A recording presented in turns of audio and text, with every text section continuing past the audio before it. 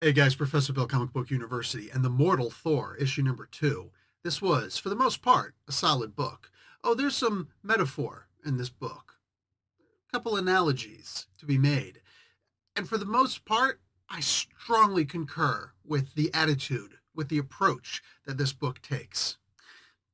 That said, there are a couple things, questionable. One of the most questionable things in here is the unadulterated violence. I do want it to be understood little kids should not be handed this book. There's a lot of blood and smashing of faces with hammers. Like, not like you'd see superheroes getting hit or supervillains getting hit with this hammer. This is people dying and really bad things. We're supposed to say unaliving, right? Anyway, yeah, wild book. We're going to get into all that good stuff. First, let's talk about who made this comic book. So this issue is called Storm Warning. Al Ewing is the writer, Pascal Ferry on art, Matt Hollingsworth doing the color art, and VC's Joe Sabino on letters. Who's that guy doing the cover art? Well, I mean, if it's not going to be Pascal Ferry, it might as well be Alex frickin' Ross, baby. Ferry and Hollingsworth do a variant cover, which, I guess that's close enough. But anyway, yeah, and there are a couple more variant covers out there, including someone named Fan Yang. I kind of want to see this Fan Yang cover. Anyway, Thor, of course, was created by Stan Lee, his brother, Larry Lieber, and Jack frickin' Kirby, baby. All right. So, I don't know about this roommate. I hope that this just remains a platonic friend because, yeah, she's a weird one. I mean, Thor is this dude Eric Sarelson, who he lost his memory, but he's still got some Donald Blake in him. He's still got, some Thor in him, but he's, amnesiac. And he knows how to do all these different things. And she's this really weirdo who is drawing a bunch of pictures of Thor, right? On her little iPad thing. Or of Eric Yalson to begin with. Cyril Free, whatever. And yeah, she's a really weird one. Maybe she's Sif in disguise. I don't know. But she looks like a goof. And yeah. Yeah, it's honestly, she's just got stalker vibes right now, as far as I'm concerned. Some of us guys understand the stalker thing may seem kind of cool at first, and then you come to realize it's really freaking dangerous. So yeah, stay away from that nonsense. It's not cute. It's absolutely not cute at all. Um, I want to point out for somebody, and I have to put the image up here. I looked to try and see who told me this. Somebody sent me something. I don't know if it was in private or in public or whatever, but they go and they point this out. And I was shocked beyond belief that I didn't make this association. Duh. But we can now look and see one of I think it was Immortal Thor issue number 7, where we get to see where this kid is actually from. The kid who's helping out Thor, the barefoot street urchin kid. Yeah. Very interesting. And serious shout out and kudos to the guy who I can't even remember who sent it to me. I'm really upset at myself. I apologize. And if you're the one who sent me this, you are awesome. Fantastic memory. Great association. Dude, you are the man. Absolutely 100%. You are freaking awesome. But anyway, yeah, so now we know who this person is. Interesting. So now we have to find out what that means. I like where this is going. I love the way Al Ewing thinks. Said that for a really long time, at least about stories. So anyway, Thor gets home. I'm calling him Thor, even though he's not technically, but technically yet. Anyway, he's got to go out and get revenge on the people who like the one guy who escaped, and therefore the people who sent that guy. And is it revenge? Is it right or wrong? Whatever you want to call it.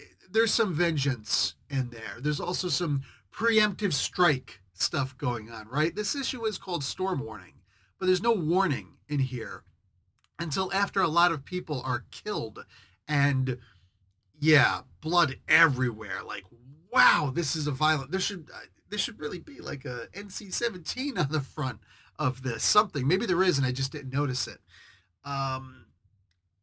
This is wild. Look, the art in here is fantastic. All right. The colors, I love Hollingsworth, but I feel like he was kind of phoning in a lot of the colors on this. I got to be honest, like that's just who I am.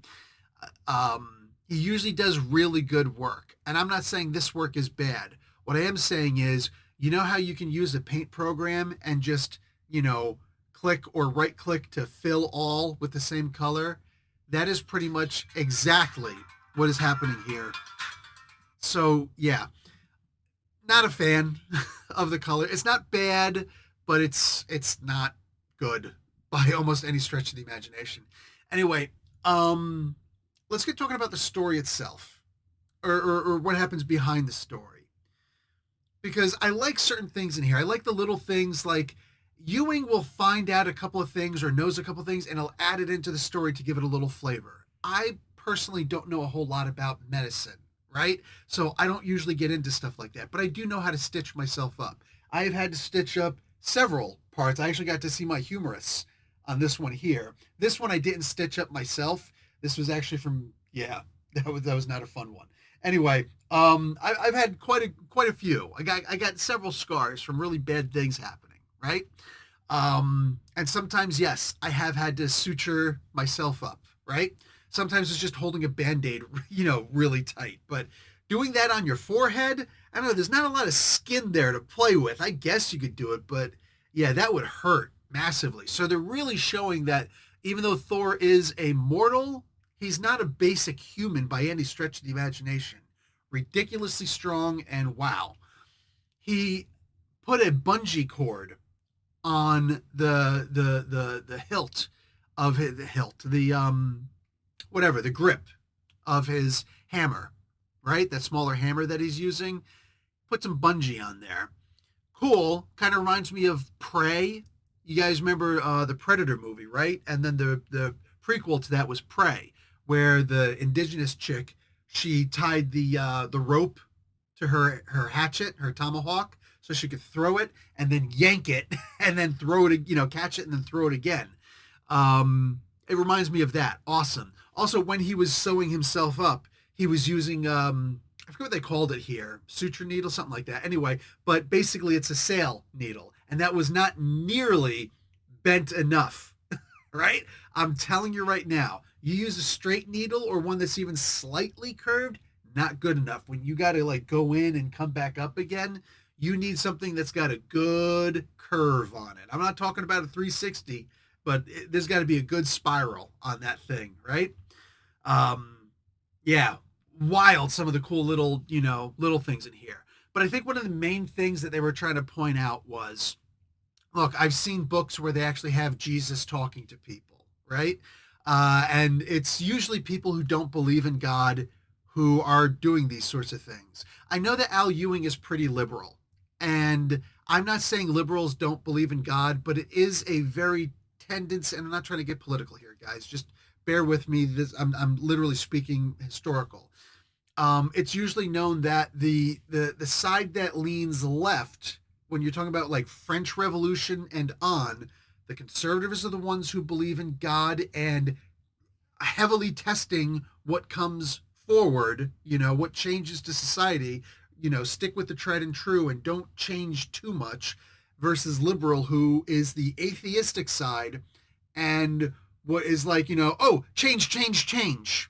And sometimes it's a bit too much change and it's not tested and all change is good and let's just see what happens. And there's that battle that's supposed to work to, cancel each other out until one actually gets canceled and then we got an issue, right?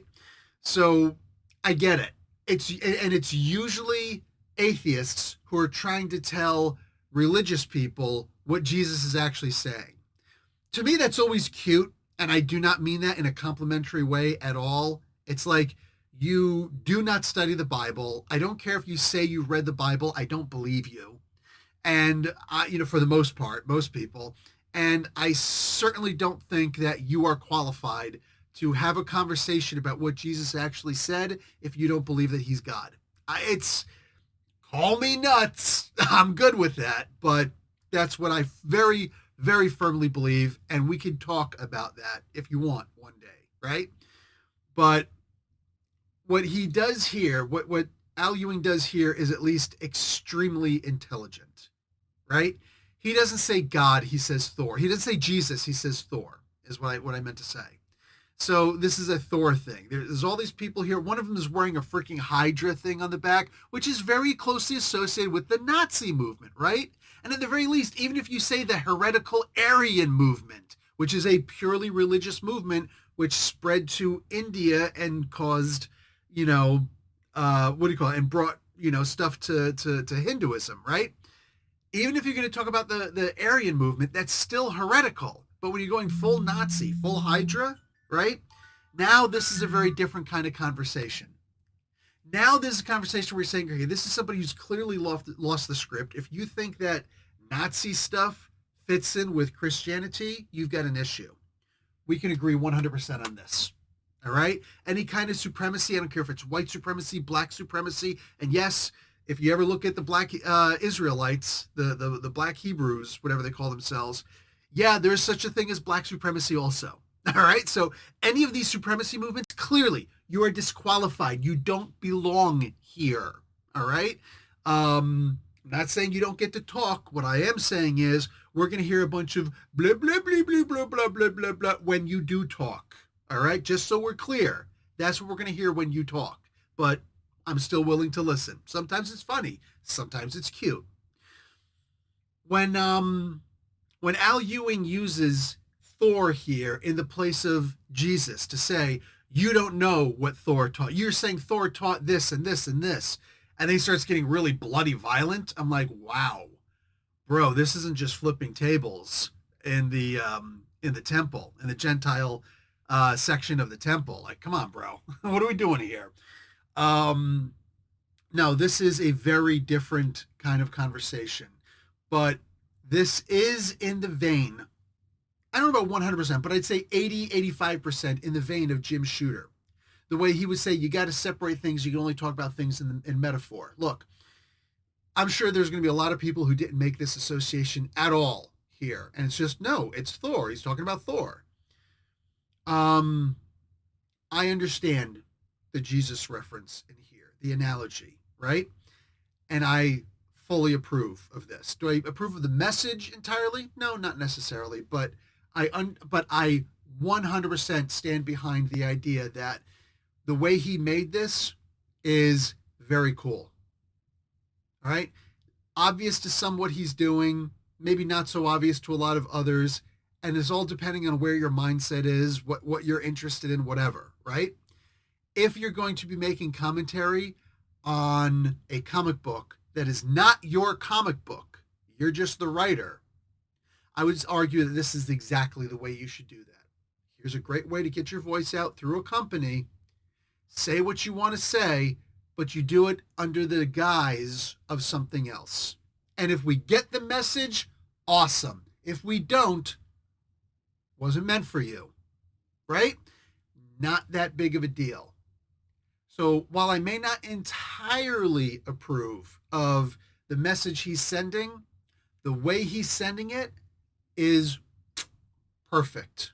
Just mind you, this is a guy, Al Ewing, who decided he didn't want to work with, he canceled, and very abruptly too, canceled the Immortal Hulk run, one of the greatest runs of any comic book ever, and probably the greatest run of the Hulk himself, because the artist, whose name escapes me right now, and it annoys me, as soon as I click end video, I know I'm going to remember his name, but, and that's what the comment section is for, peeps, canceled this comic book because he found out that his artist is a conservative.